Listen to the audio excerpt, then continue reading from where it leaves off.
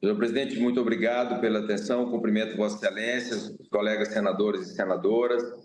Senhor presidente, venho expressar o meu completo repúdio ao atual presidente da República, o senhor Lula, pelo veto ao projeto de lei 397/2024, de minha autoria, que proporcionava a prorrogação dos prazos para os pagamentos de dívidas por parte dos micros produtores e da agricultura familiar atingidos, senhor presidente, por emergências climáticas como cheias ou enchentes.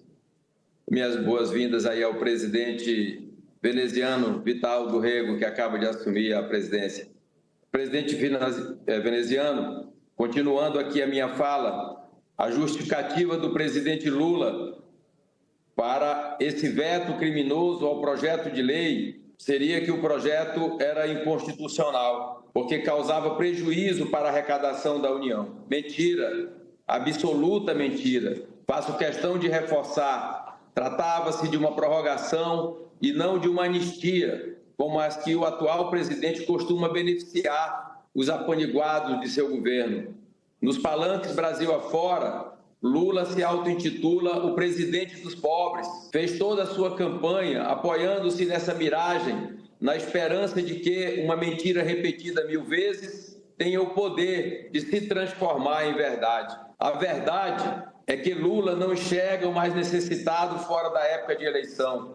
Usa o pobre para ganhar, mas governa para o rico. Lula negou a prorrogação do prazo para o pagamento das dívidas de pequenos produtores e da agricultura familiar, mas perdoou 7 bilhões de reais de empreiteiras ligadas à corrupção da Lava Jato. Repito, senhor presidente, Lula negou, vetou o projeto de lei que prorrogava a dívida dos pequenos produtores rurais, mas perdoou 7 bilhões de reais de empreiteiras ligadas à corrupção da Lava Jato. Lula quer arrancar cada centavo dos bolsos das famílias brasileiras, que já perderam tudo para a seca ou a enchente, mas concordam em esquecer uma dívida de 400 milhões de reais do governo do Congo, uma ditadura apoiada por ele e pelo PT. Assim como ignora os mais de 12 bilhões de reais que o ditador Nicolás Maduro deve ao Brasil. Lula não suporta a ideia de oferecer mais alguns meses para que o trabalhador humilde do campo possa se reerguer para honrar seus compromissos, mas não vê problemas em assinar um indulto que perdoe as dívidas de criminosos condenados e presos. Nessa lógica perversa, quem são os pobres de Lula, para os quais ele oferece todas as facilidades e benefícios? Para as multinacionais da indústria automobilística, ou seja, para o bolso de acionistas estrangeiros?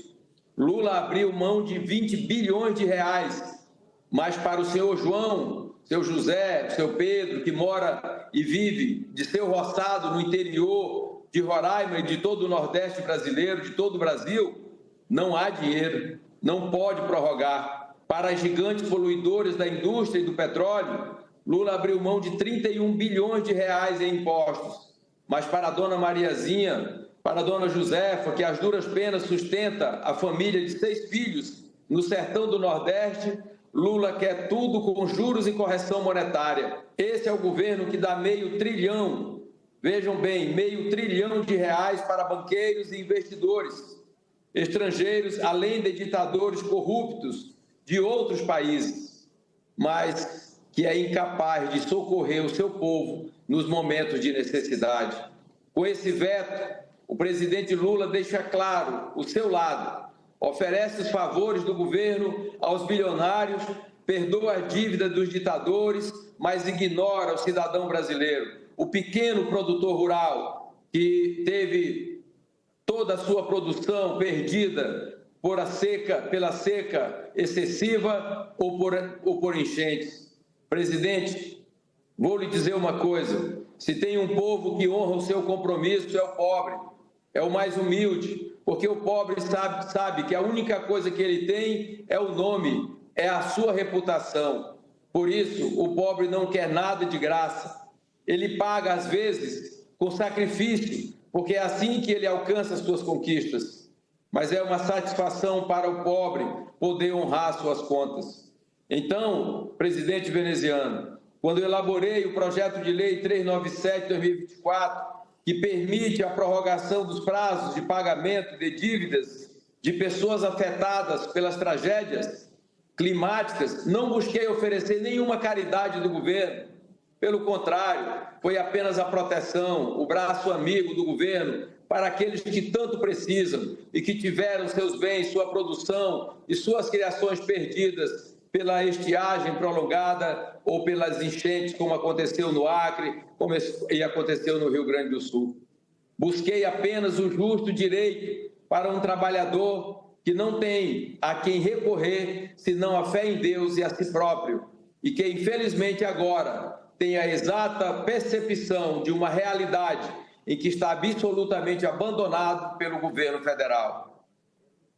Apesar disso, senhor presidente, renovo aqui o meu compromisso com a nossa população, a população brasileira e de Roraima, e continuarei lutando para que o trabalhador brasileiro tenha o apoio e o reconhecimento que merece. E mais, lutarei aqui e no Congresso Nacional para derrubarmos esse injusto veto do presidente Lula. Veto esse, senhor presidente, a uma lei justa que apenas prorrogava o prazo de pagamento das dívidas dos pequenos produtores rurais brasileiros. Por eles, eu continuarei lutando e agradeço mais uma vez ao Senado Federal e à Câmara dos Deputados pela aprovação de um projeto justo para a sociedade brasileira, logicamente para aqueles mais necessitados. E lamento muito que o presidente que se diz defensor dos pobres perdoe bilionários e corruptos e condene e obrigue a pagar uma conta sem condições de pagar no momento, que é a situação dos produtores brasileiros. Muito obrigado, presidente veneziano, e agradeço mais uma vez, em seu nome, o Senado Federal Brasileiro e a Câmara dos Deputados. Muito obrigado.